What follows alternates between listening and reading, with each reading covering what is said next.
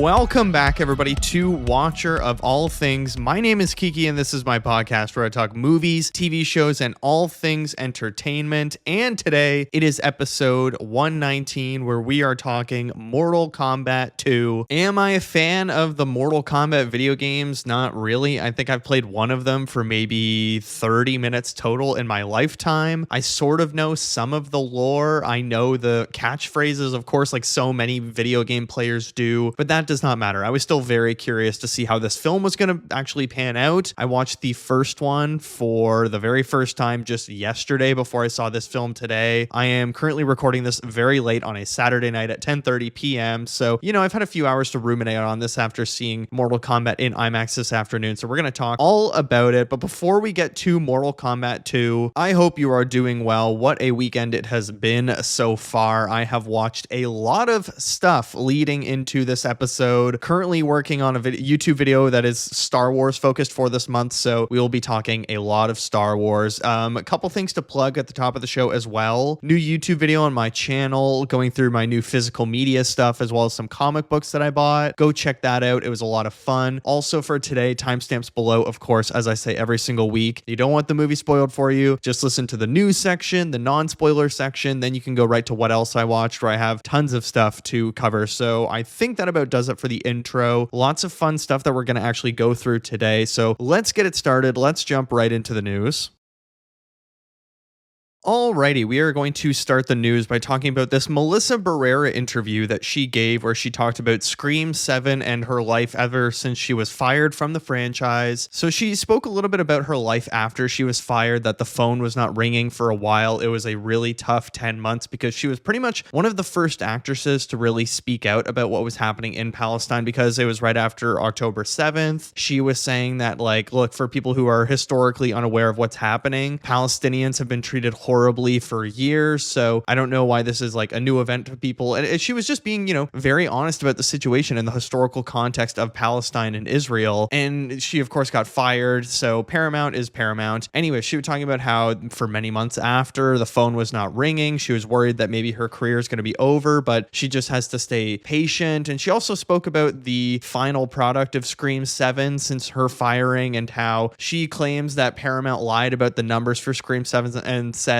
I don't think it made that much money. So she believes that the actors who appeared in Scream 7 also, after she was fired, crossed a picket line. They have to live with that. The only way they were able to make that movie after what happened was to nostalgia bait people as much as possible. And it's true. I mean, Matthew Lillard came back as Stu, and they got the main girl back as well, Neve Campbell. They were fully leaning into the nostalgia bait. And I know what the big twist is in Scream 7, so I'm not going to say anything like that, but it's fully drifting into the nostalgia category now, in this weird almost reboot, not really reboot, but trying to rejuvenate the series by going back with Neve Campbell, and it's just really, really, really lame. So she also said, Melissa Barrera, that director Boots Riley reached out to show his support and offered her a role in I Love Boosters. Quote, I had 10 torturous months of uncertainty and no work and suffering and not knowing even if my team was on my side. It was terrible. And Boots sent me a message in August of 2024 and was like, I got a part for you in my movie, and he offered me a part in I Love Boosters. And for some reason, once Boots sent me that message, I suddenly had 5 messages with offers in my inbox. It's like he flipped a switch. I called him the wizard. The energy shifted, and I got the Copenhagen test and did that because it was a longer job and I wanted to work and be back on set. And it was money that I hadn't had in a while, so I couldn't do the Boots movie, but I credit him because he's literally the only person in the industry who reached out and said, let me help you out. Yeah, every story I hear about Boots Riley, he just seems like the nicest man possible. I think actually he's going to be at the screening I'm at on this Friday for I Love Boosters. I'm seeing it Friday night at the opening Toronto premiere, I guess, kind of a deal, or a special screening with a Q&A with Boots Riley. So that's going to be really fun, but seems like a very nice man that sort of has the back of a lot of people who are in tough positions. But Melissa Barrera was definitely betrayed by a lot of people that she was working with. Like, I saw another comment she made where she said,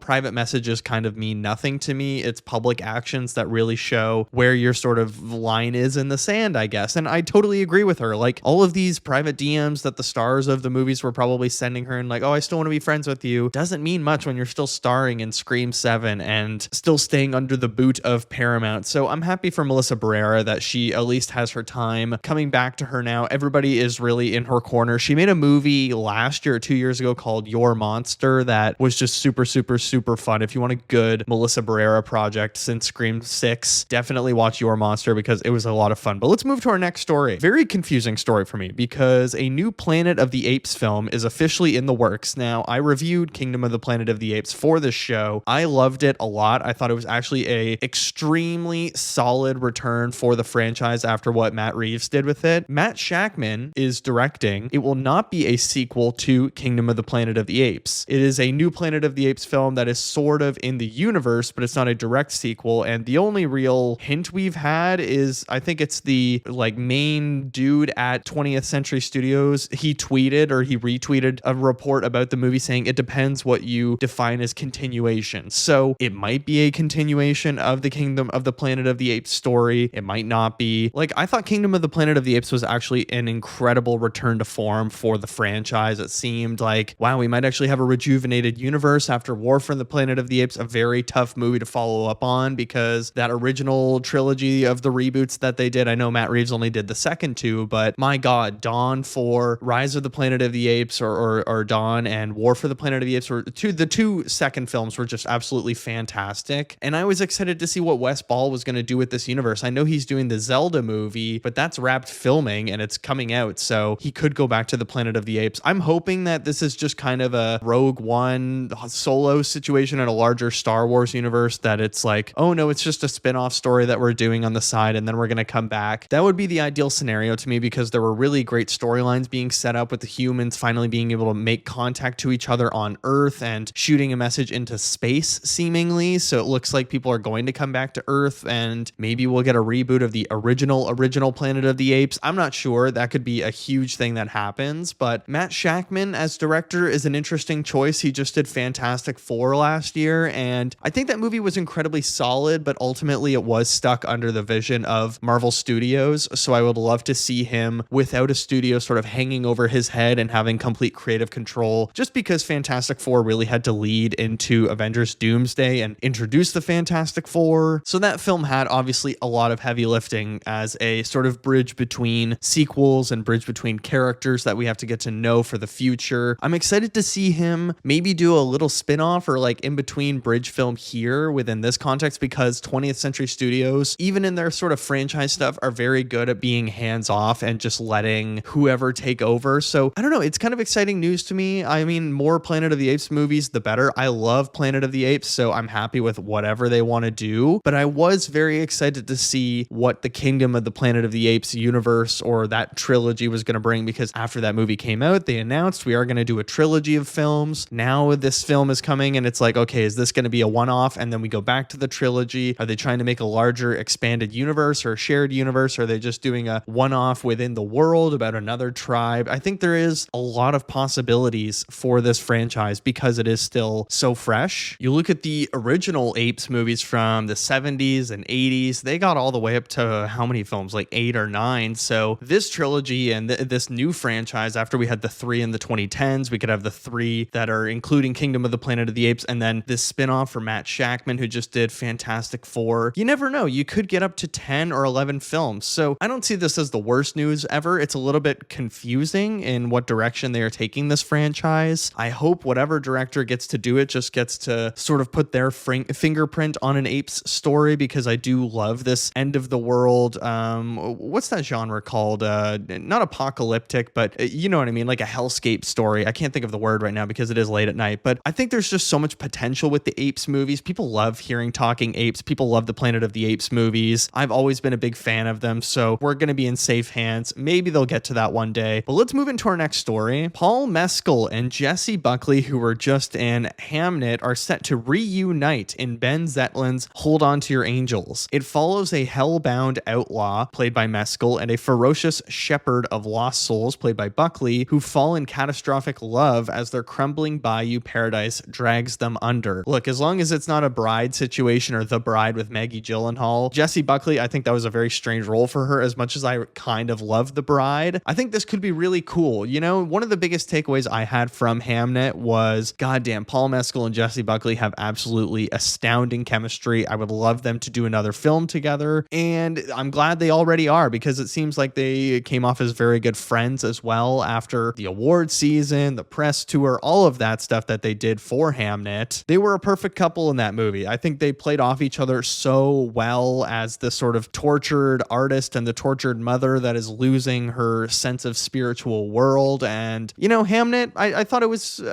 good when I watched it, but the more I think about it, the more I'm like, yeah, that was just a really solid movie that I think people are going to go back to for a very long time. And it's Jessie Buckley is going to be a very strong Oscar winner for a long time. I think she blew everybody else out of the water. As much as I wanted Rose Byrne to win, and I think she should have won, obviously Jessie Buckley was just so amazing and a very tough competition to beat. Paul Mescal not being nominated, we've talked about it many times. I mean, he's already been nominated for After Sun. I think it was just such a strong year that they were like, look, we're going to miss you on this one. We'll see you in a few years, no doubt, when you play Paul McCartney in 2028 and you all get Oscar nominations for. Anyways, this sounds like a really original, cool idea. Let's move into our next story. The Deathstroke and Bane movie at DC is gaining steam as Peacemaker Helmer Greg Mottola is the front runner to actually direct the film. So Greg Mottola, he directed a lot of Peacemaker. Film-wise, he's done Superbad, Paul, Adventureland, The Day Trippers, Fletch, Keeping Up with the Joneses. So much more of a, I don't know, sort of comedy director. But I will say Peacemaker, every episode that he was directing, and he was also, I think he was the showrunner for Peacemaker, but he does great work. So I'm kind of confident in this story. I really want to know who wrote the script. We don't have tons of news about this Bane Deathstroke film. It's at DC. Is it going to be in the universe? Is it a DCU film? Is it an Elseworlds film? I can't really remember, but I like the idea of this movie because they're two really awesome villains. We've never had a true, well, actually, I don't know, the Batman and Robin, as much as everybody kind of hates that movie, the Bane in that film was kind of close and accurate, although he doesn't talk in the movie. It's sort of close to the comic book version of Bane versus the Tom Hardy one. Even though I love the Dark Knight trilogy, that Bane was not a true form to what Bane is in the comics. Deathstroke, we've actually never had like a proper film, live action film version. We had Joe Manganiello in one post-credit scene, but that doesn't count. So this could be cool. I think it has very good potential. Let's move to our final couple stories though. A Star Fox movie is reportedly in the works at Illumination. I'm not surprised at all. The Mario movie is going to pass $1 billion very, very, very soon, if it hasn't already this weekend. And you don't cast Glenn Powell as Star Fox if you're not planning to use him in other films. Like that just doesn't make any sense to me. That is such a huge star voicing a very iconic character. There's a new Star Fox video game coming out as well on the Switch. So why wouldn't you cash in on the popularity of that? And there's going to be a whole new generation of people exposed to Star Fox. So you may as well make a film and use Glenn Powell, a big star that so many people will know. It makes total sense. I sound like a CEO right now. It makes total sense. And nobody is really surprised by this. I think as soon as he showed up in the Super Mario Galaxy movie, it was like, okay, here goes the shared universe. I'm curious when we get the Super Smash Bros. Movie, because eventually that is going to be a giant team up fighting tournament film that we're going to get, and it's going to make a shit ton of money. They can introduce Samus, they can introduce Link. They already had the Mario Brothers. There's so much different IP that they can mine from the Nintendo world. I know Nintendo is very protective over their properties, so we'll see how long that takes, just because, there's a lot of clearing and clearances that have to go through with that. But there you go. Glenn Powell will be playing Star Fox. I'm sure he's going to play this character for a long time in the millions of sequels that the Mario Brother movies will have. Let's move into our final story of the week, though. Alan Cummings says Avengers Doomsday will include secret Avengers that haven't been announced yet. Quote, they didn't want to let out this certain character was coming back, so they called them somebody else in the script. It was confusing. This is not surprising, of course. I mean, we had the chair reveal that feels like it was forever ago. There is a lot of people that are back for this film, and it's a character that is coming back. So I wonder, is it just going to be Doctor Strange? Is it just going to be the Hulk? Is it going to be Spider-Man? I don't think you're making an Avengers movie without Spider-Man. He's just way too big for this universe, and I think there has to be an explanation of why he's not in the Avengers movie. It just doesn't make sense when you have a character that makes $1 billion with every movie they put out, and you're like, yeah, let's not put him in this other big franchise that he can clearly be in. in. So maybe going to be Hawkeye. He hasn't been in anything since his TV show Hawkeye. So there you go. Maybe it's going to be Jeremy Renner as Hawkeye. Kate Bishop, I wonder, is it actually going to be Kate Bishop? That would be a cool inclusion. There's so many characters in the MCU that haven't showed up in a while, and the fact that it was calling them someone else means, he would have known who they were. So it's very secretive. I'm surprised they haven't put out the Avengers Doomsday trailer yet, because they showed it at CinemaCon. The movie is coming out in half a year and you don't have a main trailer yet. You only had the 4 separate teaser trailers. I think people want to know, what is the story of this? What is sort of the vision of it? What's the idea? Instead of waiting several months and sort of getting lost in all the attention, or maybe they don't want to overshadow Spider-Man and they're waiting for after Spider-Man to put it out just because it hints at something that happens in Spider-Man. I'm sure there's a method to the madness for Marvel Studios. But okay, I think I'm going to wrap up the news there. Again, timestamps below if you don't want Mortal Kombat 2 spoiled for you. Just listen to the non-spoiler section, then go straight to what else I watched. But all right, shall we do it? Let's fight. Let's talk Mortal Kombat 2. Finish the Fight. Mortal Kombat 2 is a 2026 action adventure film coming in at 1 hour, 56 minutes. It is directed by Simon McQuoid, whose first film ever was actually the first Mortal Kombat, written by Jeremy Slater on a budget of $80 million.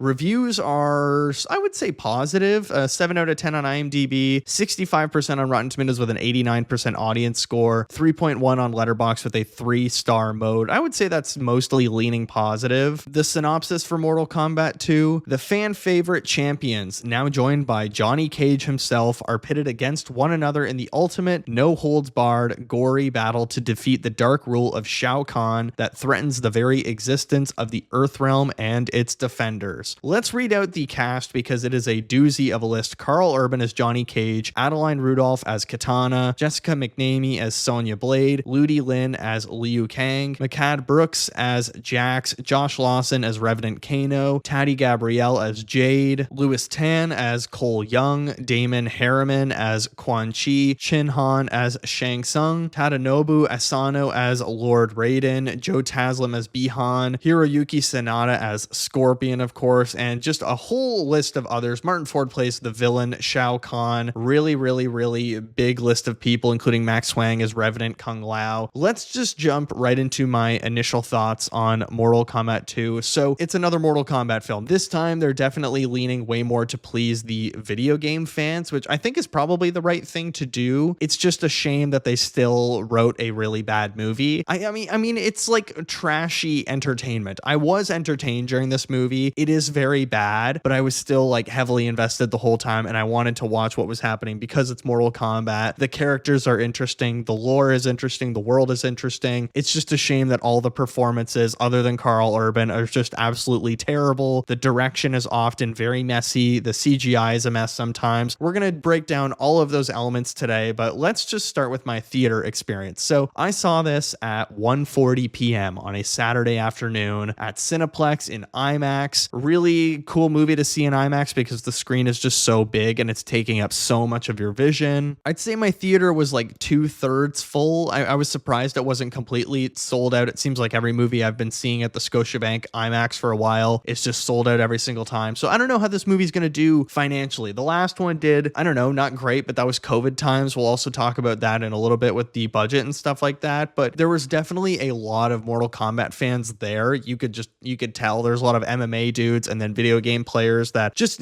give off the vibe of, oh, you're a Mortal Kombat fan. Okay, so clearly this is a movie for the fans at the end of the day. Let's talk about the performances in Mortal Kombat, starting with the newest edition, Carl Urban as Johnny Cage, or one of the newest editions. I would just say thank God he is in this movie because Johnny Cage is such a fun character. Carl Urban brings him to life in such a great way. He actually puts on a stellar American accent in this movie and really sells the hell out of it as this Hollywood star that is sort of washed up, doesn't believe in himself anymore, and has to take part in this crazy tournament, and it's just every scene with Carl Urban is 10 times more fun because Carl Urban is there. He's just selling the hell out of Johnny Cage. So at least they nailed down one character. Adeline Rudolph as Katana is sort of like the other main character along with Johnny Cage, and I found her far less interesting. They try to set up the story with her. I think the material is just weighing her down though, because she does the action very well. It's fun to watch her in these fight sequences, of course, but I just found all of her acting extremely stiff with the source material and the direction that she's given. Clearly, everyone was directed to just act like a cutscene in a video game, and that comes across very strongly. Same with Jessica McNamee as Sonya Blade. I would say she's leaning way less in the video game side of things and much more in the generic action sort of 90s action film where they're explaining that's X McRed. He's so badass, blah, blah, blah, that he'll gut your eyeballs and screw your asshole or whatever, you know? She's just like the one that introduces all the characters, lets everybody know what's going on screen, stuff like that. A classic character like that. Ludi Lin as Liu Kang, I actually think is a very fun character. I think Liu Kang is the most entertaining character to watch in the fights because he has the fire fingers, and Ludi Lin knows what this movie is. It feels like, you know, actually he's a Canadian actor. Shout out to him. He's a Chinese Canadian actor. It feels very evident that he is aware this is a Mortal Kombat movie. You have to ham it up. You have to play it a little bit cheesy. He does the video game dialogue very well and makes it feel like his character speaks that way, you know, versus Adeline Rudolph, who I was just talking about as Katana. I think she doesn't have the self-awareness in the role that it's a video game movie and she's not leaning into, I don't know, that element of it somehow. Maybe her character doesn't allow those barriers to be broken as well because it is a more serious character. Although I would say Liu Kang is a very serious character, especially what he's going through in this film. So I don't know how he's pulling it off. It's just when you're watching him, okay, he's kind of self-aware. It's cheesy. It's fun. It feels like a video game. It feels like a Mortal Kombat character. Some of the other side characters we have, Jax, Revenant Kano, Jade, Cole Young, Quan Chi. They're all interesting. I would say the least interesting by far is Cole Young, who is the lead of the first film. This movie's trying very hard to get away from the first film, which is one thing I really do want to talk about today. But overall, I would say the performances in this film are not extremely committed. They all feel very fan film on YouTube. They feel very unaware of how to bring this dialogue to light. Maybe the dialogue is just so rigid and impossible in the script that there's no way to bring it to life. Maybe it's only Liu Kang that can actually bring it to life because his character just has this intrinsic cheesiness about him, and Johnny Cage isn't given the video game stuff. He is given just the regular human dialogue. But okay, let's talk about the story. So the first Mortal Kombat movie, of course, it came out in 2021. I just watched it. That is about ancestry and this one dude who has always had this mark in his life, and he is brought to fight for Earth Realm because the other realm, is it Shadow Realm or what's the other realm? I can't remember right now. But anyways, he's brought to fight in the Mortal Kombat. It's not even a tournament. They just call it Mortal Kombat when one world is attacking another world. So that movie, you know, the story of that movie is, oh, what if a person on Earth was actually the ancestor of this secret ninja who is the all-powerful ninja who is actually still alive, all of that good stuff. This movie is just straight up Mortal Kombat. It knows what it's doing. It's like, look, the first movie, we're sorry. We tried to make it a guy from the regular world comes into Mortal Kombat. This movie is doing that to an extent with Johnny Cage, but Johnny Cage is a totally different character from Cole Young. Cole Young is one of the most boring, dry characters. Johnny Cage, hilarious 90s action star who has this self-awareness, is like, what the fuck is this world that I've walked into? And it's funny to see him go through it because he comes from a strange world as well. Look, straight from the bat in this movie, we literally get Mortal Kombat lore. Like, it opens with a foreign kingdom and the Earth realm that is being overtaken by Shao Kahn, and it's very fun. You're like, oh, okay, cool. We're not wasting time with MMA fighters on Earth. I don't care about that. I don't need to see a failed UFC fighter. I just want to see some Mortal Kombat lore. Even if, you know, the story doesn't make a lot of sense sometimes, we're kind of just going through the motions. I appreciate that the story is more focused this time. And this is a revenge story, or sort of an under siege story about a princess whose family have been under the control of an invading party and have to fight back through the shadows over years and years and years. So there is some angle of this story that I was interested in. Again, it's just the execution is very rigid and uncomfortable, and it's fun when they're leaning into the Johnny Cage 90s action star thing. Like, this movie is way more tongue-in-cheek, self-aware. I know Johnny Cage in the video games is a huge sort of comedic relief, and that really pays off in this movie, and that's way more enjoyable, and I think a lot more digestible for people that maybe don't know the games as well. And the the movie is funny. Like, I think the first movie is really trying to have that quippy humor, and it's undercutting all the serious moments that are already incredibly poorly written. So this movie is just going for the humor way more, and it's much more admirable because it's not undercutting itself. Instead, it's Johnny Cage. That's just who his character is. And even the Kano moments I was actually laughing at in this movie. I found Kano to be very funny in this film, even though I found him extremely annoying because he's this stereotypical Australian in the first film. You know what? He has a lot of really good quips that were very funny. His interaction with Carl Urban as Johnny Cage also works out very well. So I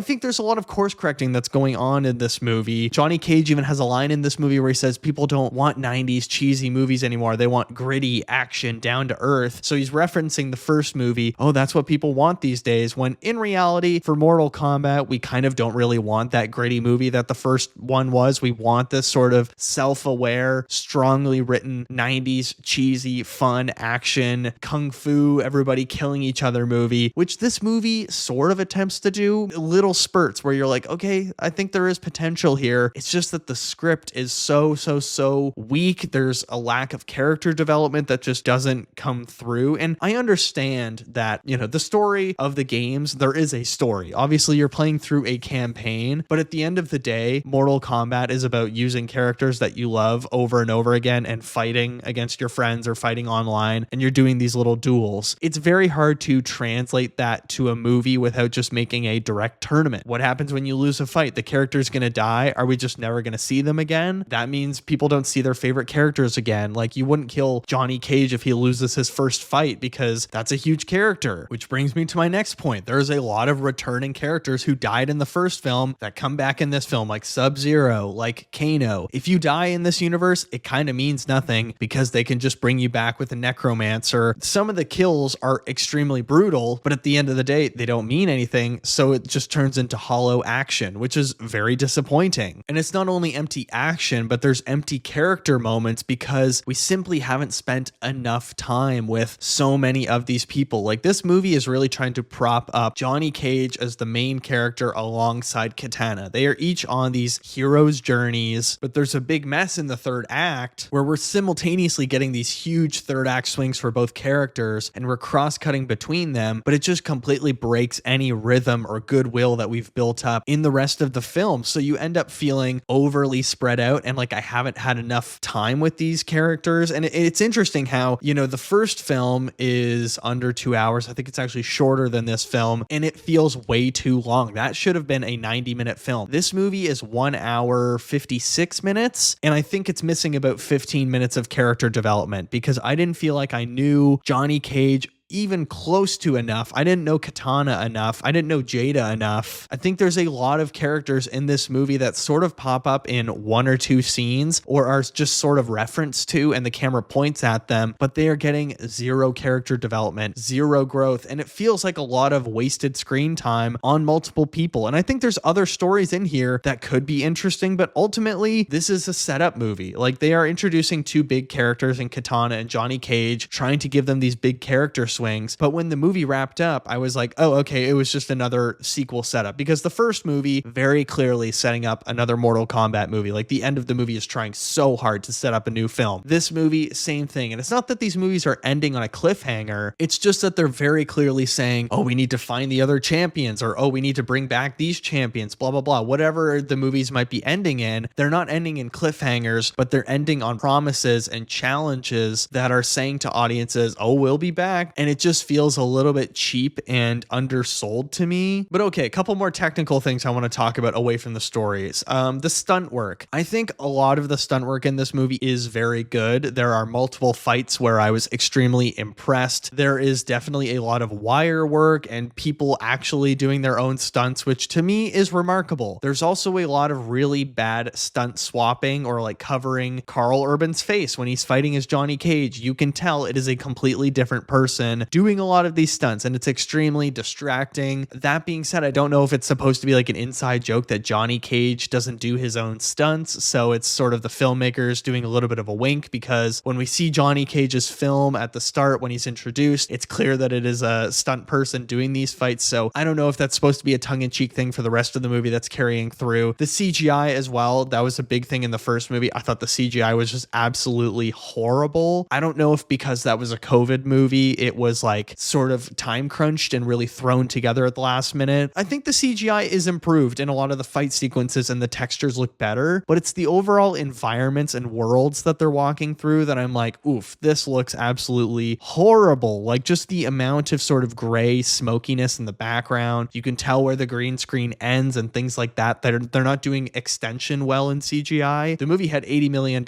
which isn't that big of a blockbuster movie for a movie like this. Like I could see another filmmaker spending $150 million on a Mortal Kombat, but still, for that budget, you should be able to do some decent CGI or maybe build some more practical sets, in my opinion. And just the last thing before 2 stars and a wish, the music. I thought the score was fine. I just wish they would use the Mortal Kombat techno song that they use in the credits for both movies, because it's iconic. Use it in the movie. It's a bummer that we don't get the classic Mortal Kombat sounds. But okay, let's move into my 2 stars and a wish before we get into the spoiler section. Star number 1, the fighting is just really fun. I love seeing these characters all use their specific powers, their talents, and their abilities. It's really cool, and all their talents are extremely different from one another. Star number 2, Carl Urban is fantastic as Johnny Cage. He is absolutely the highlight of this film. I think they cast very well with him. I'm excited to see him in a follow-up movie if he comes back to do another one. I think if they get a proper director and a proper writer, these Mortal Kombat movies could be really fun. My wish, better dialogue. It's painful to listen to these movies sometimes and how rushed some of the acting is, how poorly some of the dialogue is written and structured. Like it's just so generic and boring. It's not even good enough to be a cheesy,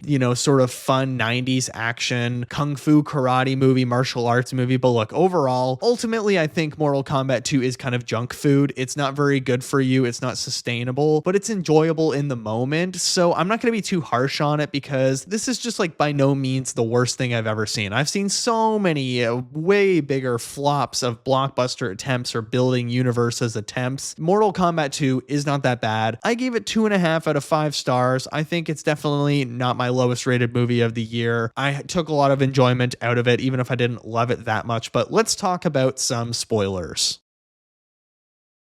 Alrighty, so spoilers for Mortal Kombat 2. Obviously, don't want to ruin the film for anyone, but let's begin at the beginning of the film, actually, where we see Katana's father murdered to open the film by Shao Kahn, who now rules over the empire that he is the ruler of. It's very clearly establishing this plot device where she gets this necklace from him and says, no matter where I am, always keep this necklace with you, or wherever you are in life, always keep this necklace with you. Establishing, obviously, this is going to be a very important necklace, and later in the film, that's what reveals that she can actually transport in the Earth realm from her kingdom, and that's how she's being a double agent for both sides. So I don't know, it was a very Chekhov's gun moment that you wouldn't show that at the start of the film and be like, oh, this necklace is important, if it wasn't going to have a payoff later. But I did appreciate that the start of the film, again, it's starting with this great tragedy of the king of this universe or galaxy or being murdered right away. I mean, it's a lot like the last film, but the last film was a little bit more generic in that we were in a traditional sort of 1600s Japanese garden, versus this movie feels like this sort of fantastical land that is filled with creatures and people and fun history and is taken over by this sort of demon dude Shao Kahn that I appreciated. It's like, oh, this feels way more like a Mortal Kombat kingdom that would be taken over by a villain, versus the last movie. I'm like, okay, I don't need to see this Japanese family's ancestry passed down through the years to a failed MMA fighter who's just trying to make it with a wife and kid. Like, I don't need normal people in Mortal Kombat. I need funny people. I need weirdos like a Johnny Cage, like all of the creatures, like a Katana who is this princess from another kingdom. That is cool. That is what these legendary characters are supposed to be. Or this girl that can actually,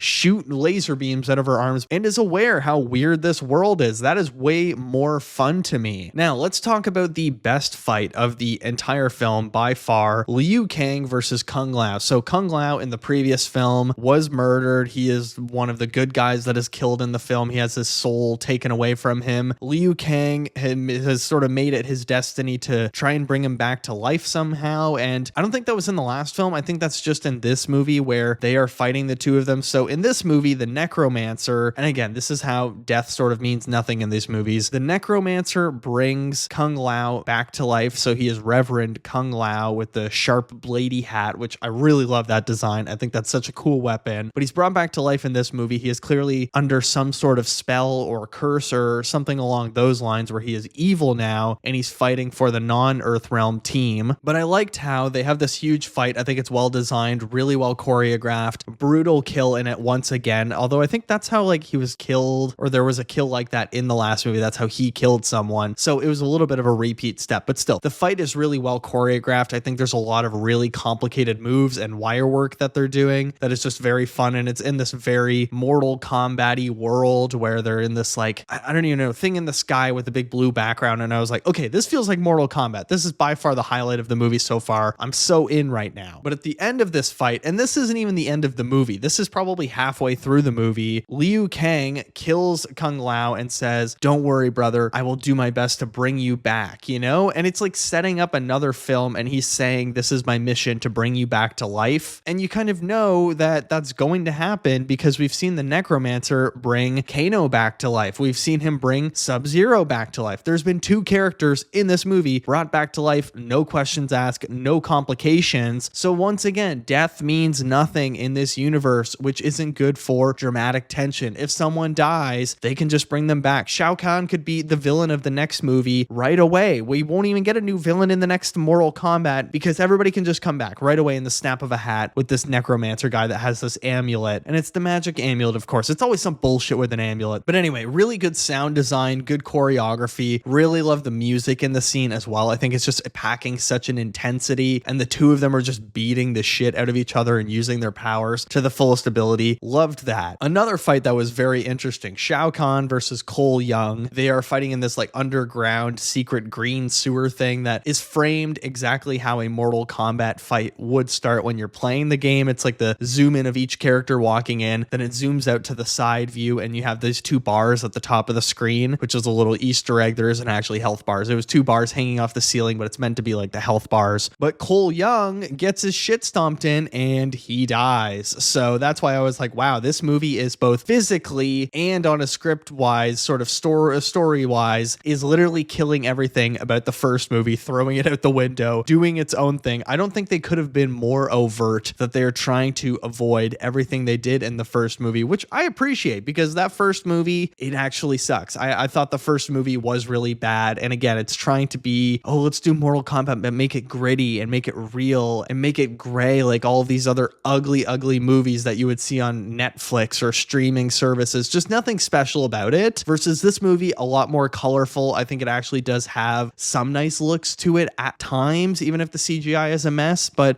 specifically the fight with Cole where he is murdered by Shao Kahn and the fight he dies honorably, I thought that fight was extremely brutal. It looked good. Cole Young is just not also a very entertaining character. I find his powers to be kind of lame with his metal suit, just not that interesting to me. It's kind of a lame look that he's wearing sweatpants, but then has this armor from the waist above, and he's just sort of a normal guy from Earth. I know he has the ancestry that comes all the way down from Scorpion for years, and you know, he's had these secret powers and this birthmark since he was a child that he's meant to be a fighter in the tournament, but he's just not an interesting character. It just seems like a guy that I would meet at my gym who happens to be in a Mortal Kombat movie. Not entertaining. He's not a Hollywood star. He's not a princess from another land. Liu Kang's death already, like I said, felt like a sequel or a spin-off. I was talking about more Kung Lao before when he dies and Liu Kang tells him, "Don't worry, brother, I'm gonna find you and I'm gonna bring you back to life." I thought, oh, maybe they're gonna do that in this movie, but it's actually a sequel setup. Versus when Liu Kang is killed at the end of the film, he is very proud about it. He's like, this is not the end for me, and then he turns into fire in the sky, goes away like a phoenix type thing, and you're like, okay, so that's gonna be the next movie, him trying to find his brother. I literally just between the segments, I opened my phone and the first thing that popped up on my Twitter was, looks like Mortal Kombat's going to make 41 million just this opening weekend, and it's actually dethroning Devil Wears Prada as the top movie at the box office. That's interesting to me, that this movie might have some legs to it. Maybe over a couple of weeks, it could make a bunch of money, because next week there isn't anything really big coming out at the box office. I think it's a horror movie, Obsession, coming out. Then there's like a little project here and there, but nothing super big. So maybe the Mortal Kombat fans might be happy with this movie. They'll spread it on all of the forums, and this movie can make some money. In the end, we must find the others who died and bring them back to life is the promise. So the first movie ends and they're like, we need to find more champions and be ready for the next fight. This movie is all about bringing people back to life because they get the necromancer, played by the guy who played Charles Manson in Once Upon a Time in Hollywood and was the creepy teacher in Together, starring Alison Brie and Dave Franco. The promise is we're going to bring all of our champions back to life and we're going to be ready for our next tournament. I don't know how often these tournaments are. I mean, do all the villains come back to life? How do they find a new team to fight? Do they have to select new champions? Very unclear what's going on with all of the rules and the regulations for this league. I feel like Johnny Cage asking for rules and regulations, but you know what? I think that's all I have for spoilers. I have a lot to talk about and what else I watched. So look, Mortal Kombat, not the worst movie I've seen. I was pretty patient with it, and I think it is junk food. Like I said, it's not that strong when it comes to the script wise, but it's fun if you want to just see Mortal Kombat characters fighting. So 2.5 stars out of 5. Let's move into what else I watched. Alrighty, and what else I watched? I have 2 books, 3 TV shows, and 7 movies to talk about. Yes, 7 movies. I was busy this week. I finished Project Hail Mary. Let's start with the books, and it's absolutely fabulous. This book is just so great. I really enjoyed how much the book is taking its time with scientific experiments and letting Ryland Grace be this bioengineer in space. He is just getting to do his thing, figure out the experiment. I think the character arc plays way better in the book with the Earth flashbacks versus in the movie. In the movie, Ryland Grace's character arc doesn't seem that fulfilling or satisfying to me, that he learns at the last minute he was actually a coward and didn't want to go on this journey. And I don't think it's clear enough, or the movie doesn't make it clear enough, that Ryland Grace doesn't remember who he is, or it does. I guess it does. It's just, it doesn't play that well to me. And there's a lot of endings to the movie, but having read the book, it's actually interesting how the final few chapters play really well as multiple endings and don't feel like multiple endings, versus the movie is a lot up and down of, all right, we got the Taumiba. Now we can get rid of Astrophage and we can go our separate ways. Oh, we need to contain it. Oh, we need to breed it. All of this stuff. Oh, it's actually leaking. Oh, I need to find Rocky. The book is able to take its time with each of those segments, so they don't feel like final swings in a film. They don't feel like a wrap-up ending. I thought the book was just so well written. If I had to rate it out of 5, I'd probably give it a 4.5. I think it's just remarkably fun. It's very hopeful and optimistic, and really does think that the world is all going to work together if we ever go through this catastrophic thing. I don't know if that's true, but I really did have a lot of fun with Project Hail Mary. So this week I am going to start Dune Messiah. I was going to maybe start it this weekend, but I was watching a lot of movies and I wanted to read my comic books, so I'll start Dune Messiah once again. Let me talk about the other books super quick, then we have a lot of movies and TV shows to cover. Ghost Rider, Danny Ketch, Addict. Now, I think I probably should have read this book before I read Ghost Rider's Trials and Tribulations last week, because there's a weird continuity thing that I'm not sure what book comes before what book. Sometimes that happens with comics when they aren't labeled by volume. I should have looked at the dates. I can't tell if I read them in the correct order, because it is about Danny Ketch, Ghost Rider, meeting Zadkiel, who is this angel of death, and is a guardian of heaven. I don't know. It's unclear. Oh, is this a flashback? Is this a story from before? Is this the first story when he realizes what's happening in heaven, Danny Ketch Ghost Rider, and has to take over? I thought it was a somewhat interesting book, though. It's the self-contained sort of Zadkiel storyline. Then we move into Ghost Rider finale, where he gets married, has to deal with what's his name, Black Matter, or Black Spider, something like that. This underworld old guy who is essentially the ruler of hell and is a ruler of all the world of demons. So Danny Ketch takes over. He gives all these monsters free will. It's kind of sweet. It's cute. I liked it a lot. Like I told you guys last week, I got a shit ton of Batman comics on Facebook Marketplace. So I'm going to start diving into one of those every week and I will report back to you guys. But okay, let's talk about some TV shows. Euphoria season 2. I watched the entirety of season 2 this week. So by this time next week, I will be watching Euphoria week to week for probably the final 3 episodes of the season, because I think it's 8 episodes total. Season 2, I think, was definitely a step down from season 1, in my opinion. Seems like the characters are just taking themselves way too seriously. I hated the play that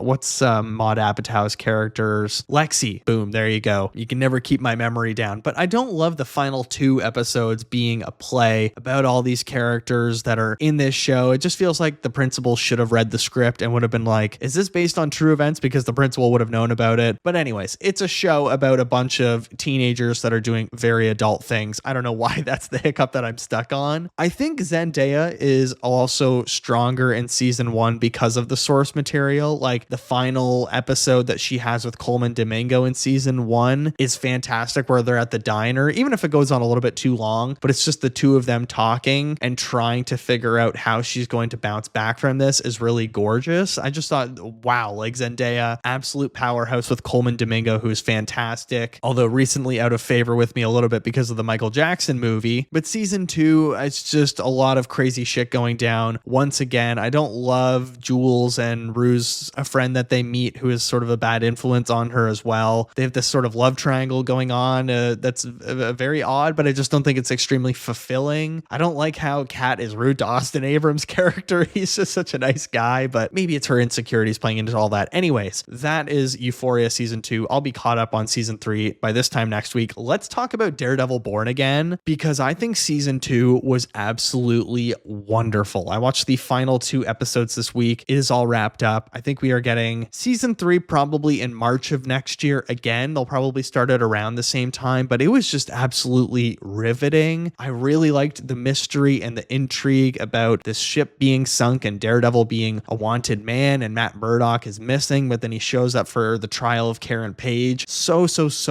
good, so well written. And I think there's so many payoffs in the final 2 episodes that they really took their time building up over the 8 episodes. And because they were only releasing 1 or 2 a week maximum, it was really well parsed out and you get to sit with everything that's happening in the show super well. I also really like that Jessica Jones came back. I liked her character from the Defenders. Luke Cage is also coming back. Iron Fist is going to come back. We're probably going to get all of the Defenders back. So I'm excited for season 3 of Daredevil. I thought it was a very strong season 2. I'm excited for Wilson Fisk to not be the villain, hopefully, but we'll see, because it just seems like, oh my God, they can't make a Daredevil season without Wilson Fisk. But okay, the final TV show I'm going to talk about, of course, season 50 of Survivor, episode 11. We had another double elimination this week. My boy Ozzy, oh man, he should have played the idol. What a silly move. Look, here's a little pro tip. If you're going to go on Survivor, you think you may be in danger or it's a very small group vote and you have an idol, play your idol. It is just the surest way that you're going to make it to tomorrow, especially when there's only 8 or 9 people left in the entire game. Like, why would you not play your idol, Ozzy? That was so goofy. And it's a shame because Ozzy was actually playing a pretty good game up to now. I feel like he had sort of played a different version of himself that we saw the first 4 times he played. And then on the final day, he just reverted back to old Ozzy, where he's revealing too much. He's saying too much. He's not keeping his cards close to his chest and thinking one step ahead of others. Instead, he just got caught up in the moment because, oh, here's my plan. I have Cerie's coverage. And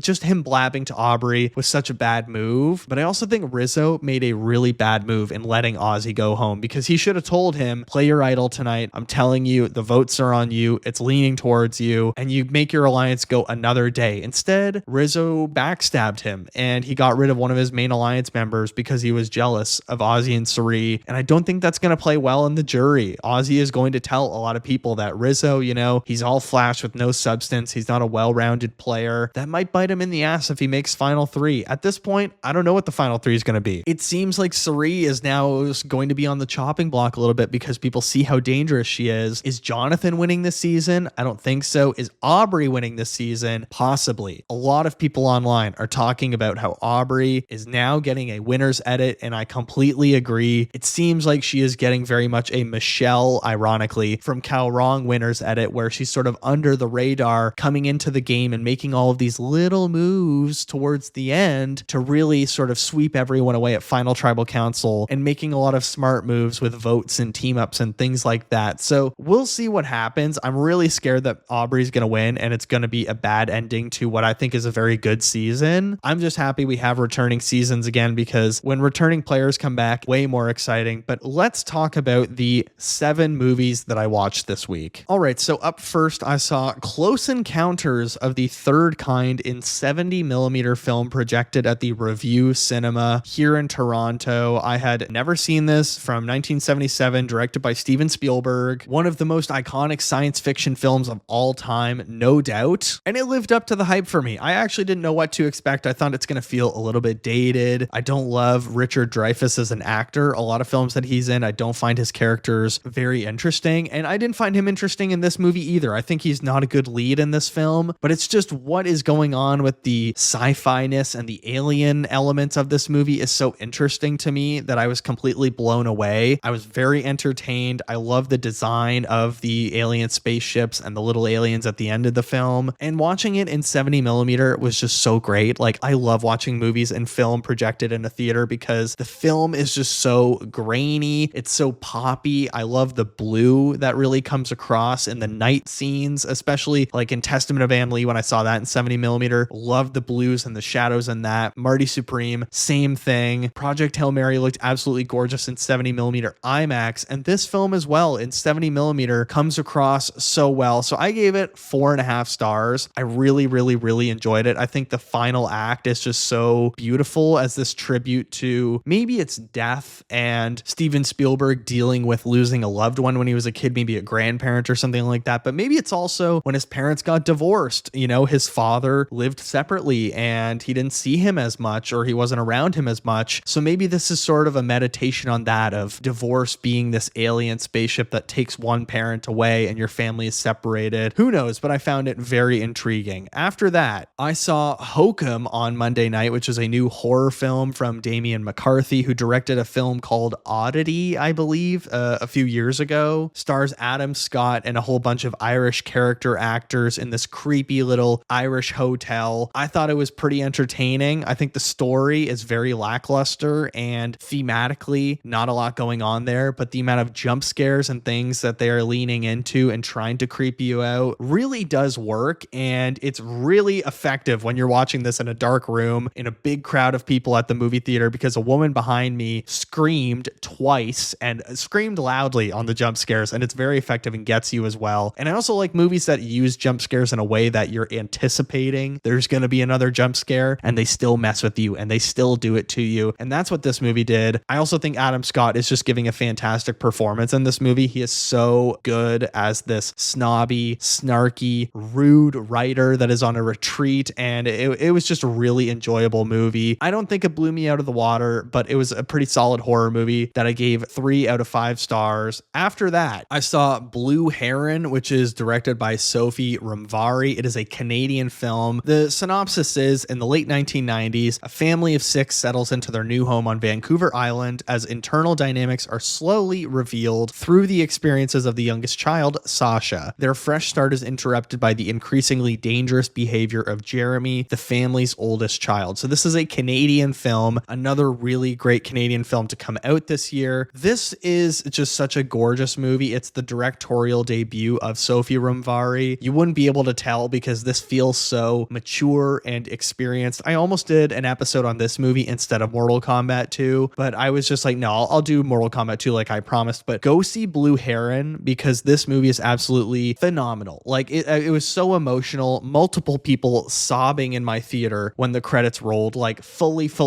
sobbing, tears flowing down their face, ugly sniffling. It was really gorgeous. The movie blew me away. I gave it 4 out of 5 stars. I think it's just not fully there as a vision, but it's a really strong directorial debut. And after that, I watched the original trilogy, Star Wars A New Hope, The Empire Strikes Back, and Return of the Jedi, all in one night, all in in one sitting pretty much. I very rarely got up. And guys, the original trilogy is still extremely good. So I'm rewatching all the Star Wars movies in the lead up to The Mandalorian and Grogu, which of course we're going to do an episode on, and I'm going to do a YouTube ranking video ranking all of the Star Wars films. So I rewatched the original trilogy. Tomorrow I'm going to rewatch all the prequels. Next weekend, all of the sequels, and then Rogue One and Solo, which I haven't watched in a couple of years. My God. I mean, okay, let's start with A New Hope. An amazing movie about sort of finding yourself, a revolutionary story about the undying efforts of revolution under oppression. I mean, George Lucas was really saying to hell with colonizations. I've always loved A New Hope's sort of skepticism or display of religious skepticism. Luke learning like the importance of letting go of technology or the technologically dependent self and the power that comes with just believing in the elements that are larger than us in the world. It's just so gorgeous. I think the original Star Wars 1977 is just so good from start to finish. Like, it really is such a life-changing movie for so many people, including myself. I loved Star Wars growing up. I still do. The original trilogy, my brother and I would watch them over and over and over. My friends and I, we even had our own Jedi Council because my mom babysat a bunch of our friends growing up, and we would be the Jedi Council. I had Mace Windu's purple lightsaber. Hell yes. So Star Wars 1977, A New Hope, I gave it 4.5 stars. Then The Empire Strikes Back, like, what the fuck? The Empire Strikes Back is a perfect movie. I cannot believe that this movie exists. It's just undeniably one of the greatest films ever made. It builds on the themes in A New Hope of like finding the natural self and disconnecting from the machine amazingly. And Luke's impatience with Yoda and Obi-Wan and his tunnel vision and his friends and his love for the world is so interesting because it's this balancing of old versus new and just being so blindly ambitious as a young person. And it's just so fascinating. I don't know. And the design of the world, obviously, Star Wars has some of the best sound design ever. Obviously, I gave The Empire Strikes Back 5 stars. It is a perfect movie. And The Return of the Jedi, look, I know a lot of people don't like Return of the Jedi because it's like a major step down. This was probably the one my brother and I watched the most as kids. I have no clue why. It's just the one that I remember watching the most as a child because the Ewoks, and maybe it's the most kid friendly, but we were allowed to watch whatever. It didn't really matter. I love the quote that Yoda says, "Remember, a Jedi's strength flows from the Force, but beware. Anger, fear, aggression, the dark side are they? Once you start down the dark path, forever it will dominate your destiny." I think it's just such a fantastic concluding film, even if they're going way more for selling toys and being kid friendly. And also, you know what, Princess Leia as the prisoner for Jabba the Hutt, well, that was probably my sexual awakening as a child. I thought about Carrie Fisher many years. I still do. She is just so gorgeous and powerful and fucking cool in these movies. I have such a crush on her. 4 stars for Return of the Jedi. I don't think it's that bad. I think it's entertaining. Check out next week's episode where I will talk about the prequel series. The final movie, I watched Mortal Kombat from 2021 for the first time. I've talked about it enough for today's episode. I gave it 2 stars, but next week, a lot of things coming in the pipeline. I'm seeing Shrek in theaters again. I'm seeing I Love Boosters at a Q&A screening. I'm going to watch Sorry to Bother You. I'm seeing The Sheep Detectives on Monday night. I'm watching the prequel trilogy. So we'll have lots of things to talk about along with the film of the week next week. But for now, that has been what else I watched.